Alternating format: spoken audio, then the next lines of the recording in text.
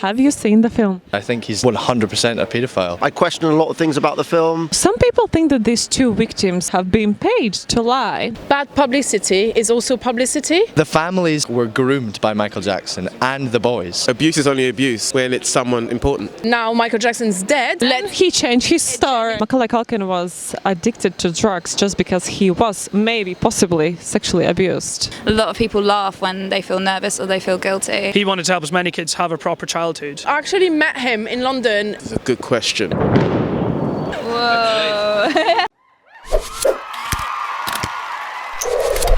Hi YouTube, what's up? My name is Zane and this is Provocative TV. Last week we posted a video about Michael Jackson and the film Leaving Neverland, and so many of you blamed us for not telling the story of both sides. So today we're gonna ask people, what do they think? Are these two guys, Wade Robson and James Safechuck, liars? How innocent is Safechuck's mother, and why Macaulay Culkin denies everything? And before we jump into the video, thumbs up, subscribe and check out our previous video.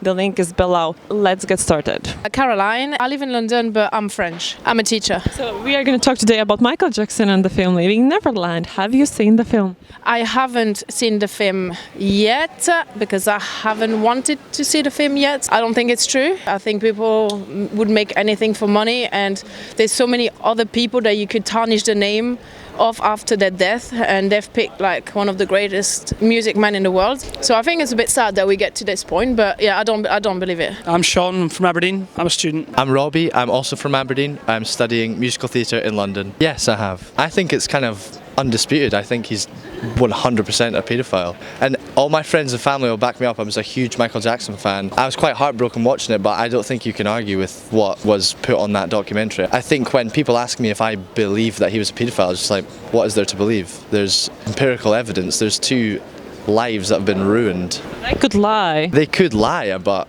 what kind of twisted people do that? He was clearly a very lonely man. He was abused as a child as well, which I don't think they put in a lot in the documentary. Didn't have a good childhood himself. He was very isolated. He couldn't mentally grow up, and therefore he was a child. He was in relationships with those children. He loved them. I had kind of ideas about it because obviously I liked him when I was growing up and stuff, and obviously when he died it kind of became a thing again about the whole idea of it. But I think this has brought out a lot of new kind of more implemented information, I think, about it all. I waver on the line a lot about it. I don't think we'll ever really know. My name's Akin and I'm from London. I am a website developer. I've chosen not to watch it because I know it's going to be slanderous and unsubstantiated and based on very, very little evidence. So I've just decided to not waste my time. I believe he's innocent, yeah. I don't think there's any evidence to suggest that anything salacious happened. I think some of the allegations or some of the suspicion around Michael Jackson is justified. I mean, I'm a massive fan.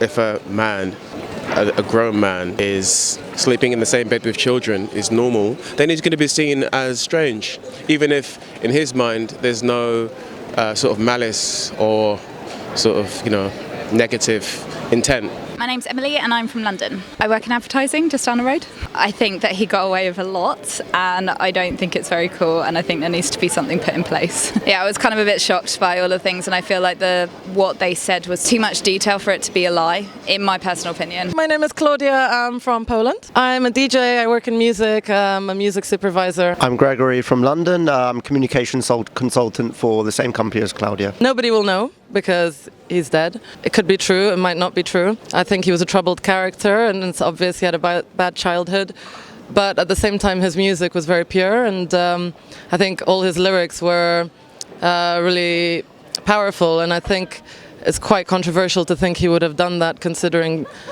the kind of music, what he was portraying through his music, so that's why I'm not sure. I question a lot of things about the film, especially the timing of it. If you look into it, do your research, there's a few questionable situations with regard to why they're doing it now. Some people think that these two victims, James Safechuck and Wade Robson, have been paid to lie. Do you agree or no? They would have had so many other opportunities they probably would have been paid a lot more at the court cases to be able to say about it, so no.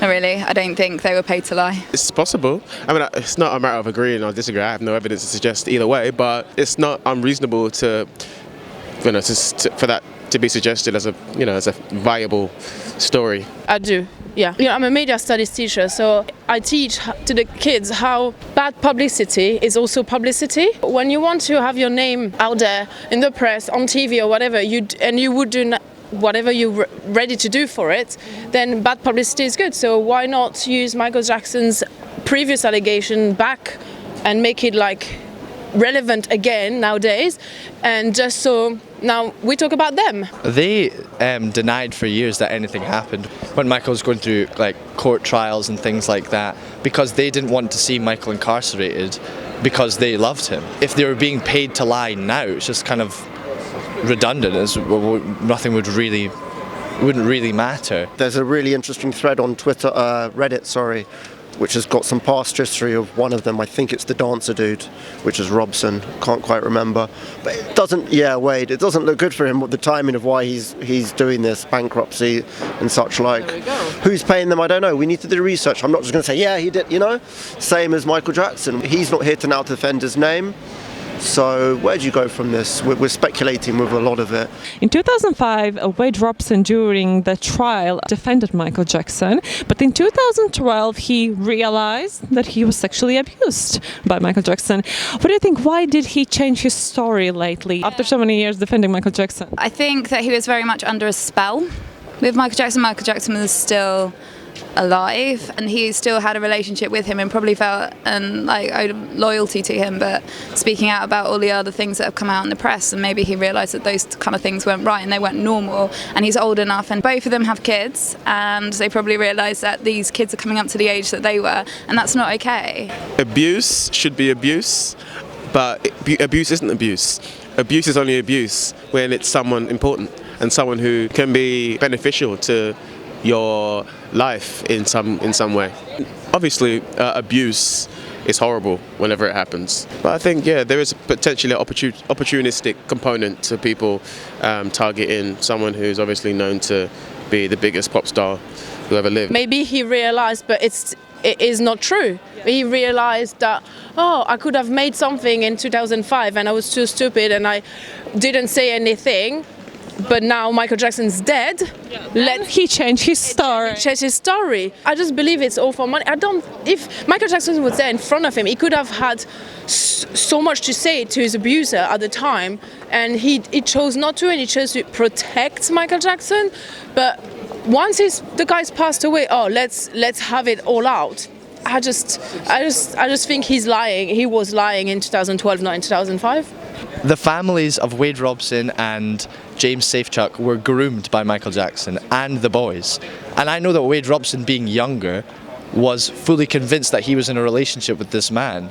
So when he died and and he grew up, and he had to carry on with his life, it sort of hit him that Michael wasn't the man that he had explained to the boys that he was. He was actually a paedophilic, lonely, depressed man.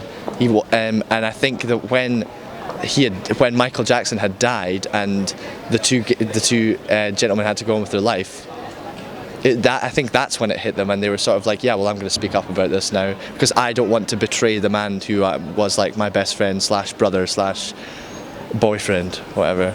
I think as you get older and realise and think back on it, you are a bit like, that was weird that happened, or this shouldn't have happened. So I think the reason that obviously they changed, because it was almost 10 years later, I think, and obviously the way that society has advanced even in the last 10 years, it's changed so much from when I was a kid growing up to this, and a lot more people are coming forward with stories like this, for example, like against Jimmy Savile and things like that. And I think it's almost like a message for them that's what they're trying to do essentially, is, we've stood up and spoken about this, you should almost, if something like this has happened to you, you should go and speak about it as soon as you can. I believe that, somebody's paying him now more money to say the opposite, because it wouldn't make sense why that would happen otherwise, especially while Michael Jackson was alive. And if he had done that to him, surely he would have been angry at him and he would have wanted to say the truth back then. So it's ironic that he's now saying it when Michael Jackson's dead. So I think it goes to prove that this could be all fake, and they're getting paid, and yeah, it's all part of a bigger plan. Macaulay Culkin denies everything. What do you think? What is the reason why he denies? Because it didn't happen, or he just wants to protect Michael? It didn't happen. I'm not saying that the way Michael Jackson was acting was completely normal, if normal is a way we can use it here. I think he had mental issues. I think the way he grew up, the way he was treated by his father, and the fact that he had no childhood, the way that he was hanging out with these kids is like the never growing up part of life. Macaulay Culkin and Michael Jackson perhaps had a deep friendship. So with deep friendship comes giving people the benefit of the doubt.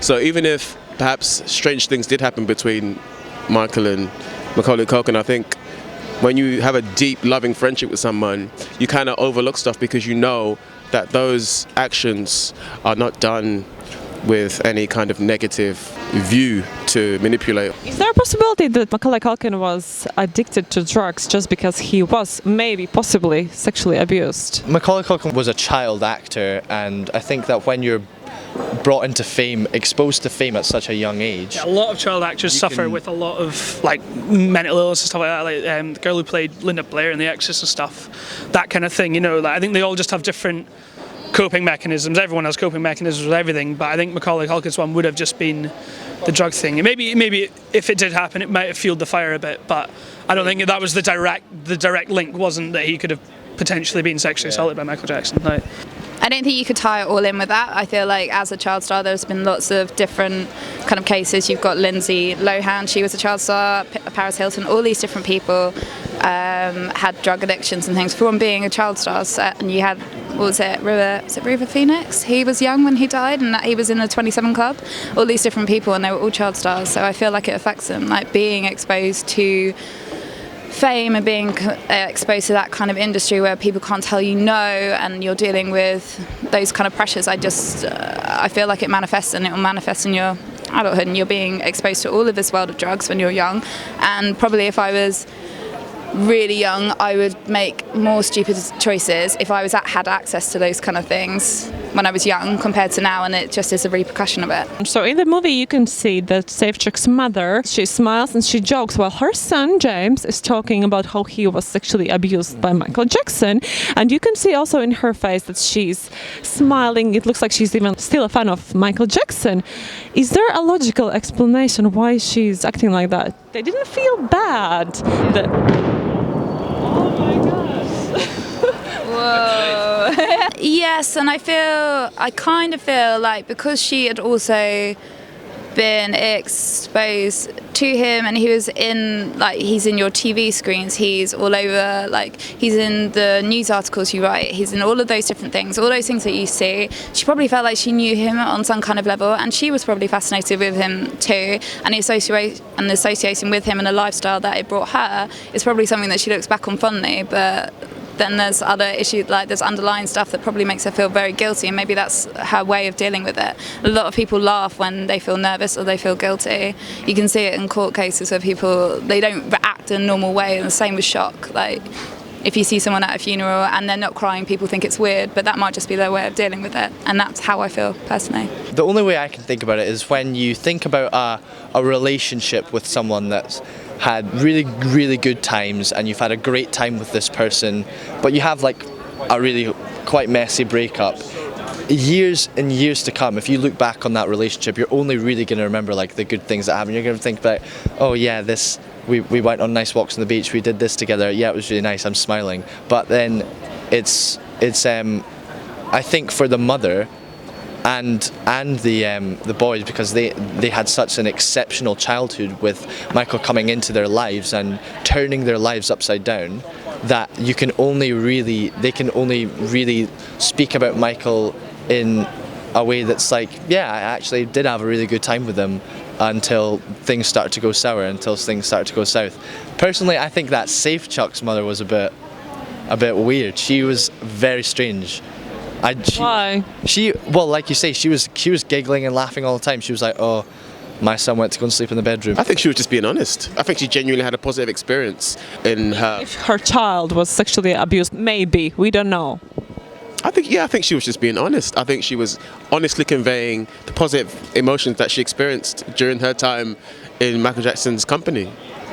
And everything that's happened subsequent has happened subsequent, but she couldn't hide the pleasure and the sort of the positive emotions that she felt. Can you listen to Michael Jackson now after watching this movie? Can you separate music from musician? If you put any major artist through a test of purity, like, no one's gonna pass, which I think is true. And that's not means to say that everyone should go and rejoice and listen to Michael Jackson, but in the aftermath of this documentary, I think everyone needs to take like a little break from listening to him. Maybe in a couple years' time I'll go back, but right now I'm not going to finish watching that documentary and go and It's the same idea with things like the whole thing with Kevin Spacey as well. It's like, would you still watch his films and stuff like that? And I think at the time it was a bit of an odd one to think, just watching this guy. And obviously, like, I mean, Robbie, we've both been fans of Michael Jackson since we were kids, so it's so weird for almost like, not within a split second, we know it's been an allegation for a year, but with more like solid evidence and proof coming out, it is more like you want to retract from listening to it. Like, It's a good question. I can. So it depends on the crime in question, but I can separate it. I mean, if we're talking about politics, that's different. If we're talking about crime, maybe it's a little difficult to make that separation, because you're ultimately supporting someone who's potentially abused or taken advantage of vulnerable people, which is not something I want to, or I suspect many people would want to align themselves to. So Not really. It's the same with R. Kelly. I couldn't really separate the two from the music. I don't feel like I can advocate it really. And some of his songs might have lyrics in it that are a bit suggestive now, and it's kind of tainted for me. So no, I wouldn't listen to it. Good music is good music. I mean, it's not going to become bad music, and I have so many memories, as ironically from my childhood. But I think, I could personally still listen to his music and feel nostalgic from my childhood. It wouldn't change, no. I was thinking about it the other day because a bunch of places, I think it was in Norway or somewhere, they said we're not going to play the music any longer, a few radio stations. So in the UK it is? Okay, right. Ah, man, it depends. To what extent do you feel attached to the crime? Like, is there a moral accountability? If I listen to his music, am I doing something wrong? I think the answer is no. I think you have to separate art itself from maybe behaviour. I don't know, but I can understand people not wanting to. It might make them feel uncomfortable. I've still got him, on my iPhone now, and I listen to him daily. Michael Jackson did so much for charity. He donated money, food, medicine for children, in general for people. What do you think? He did this because it was his aim to help people, or he did this because he wanted to hide what he did, like pedophile? I don't think he wanted to hide anything. Have you ever seen another pedophile sending millions and helping children? I think whatever he's done throughout his career was genuine. Like, he really wanted to help people. He saw the world like... Some people think he groomed the world in the way that he spent so much money for charity. That was his way. Not about any celebrities that makes things like that happen. So what about Phil Collins? They're all part of like this, Band Aid things. I feel like you can separate the two. He probably was doing it with like well-meaning and investing all of the money that he didn't necessarily need into good causes and building up his name because of it been dragged through the dirt by that point. But I do feel like there is good intentions there. I don't think like it was all to do with him hiding any issues or anything like that. I just feel like that's another part of him. Just like there's other parts of other people, and they're not all like, it's not black and white. They're not just like bad and then good. White like his son. yeah. Unintentional pun, but yeah, I don't feel like there's two sides to everything. Michael Jackson just tried to show the world his idea of how much he loves and adored children, and obviously, like Robbie was saying about the retraction of not having his own proper childhood and still feeling like a kid, I think he wanted to help as many kids have a proper childhood, but I don't think it was directly linked to the molestation thing. Like, I think that was his own maybe more personal view of like loving a child, whereas the world saw him just for being a caring and loving person for all children everywhere for the charity and things like that. Ruben, I'm from Southeast London, Ulic. I work for Adidas and I'm a part-time photographer. The whole situation for me is just shambles, because those two guys that just came up saying that Michael Jackson did this to them, It's just after he was dead, I guess. Like after he's dead, they come up saying he did this and that. But what's the proof? Really, there's not really no proof that could point to saying Michael Jackson done all of this. I feel like it's just them trying to get some money. In this day and age where you've just got so much information coming at you, flying at you, political, entertainment, whatever it may be, everyone's got an opinion, we've got an opinion, whether that's right or wrong. I mean, I think it's so important to question everything that you read and believe, read and possibly therefore believe. Critical thinking, you know, where is this coming from? Do I trust information? What are the motives of why is this information? Why are they telling me this? And I think we need to be now doing that more than we've ever done, because otherwise, hey, let's say Michael Jackson was possibly was innocent, not guilty. It's a possibility. You're going to have a whole bunch of kids who are going to watch that program, and it looks convincing. It looks like, you know, this is what happened, and that's going to influence, well, you know, the legacy of, you know, one of the greatest artists, if not the greatest artist of all time. On the other side, of course, I'm not saying that it is true, but it wasn't true, sorry, but question.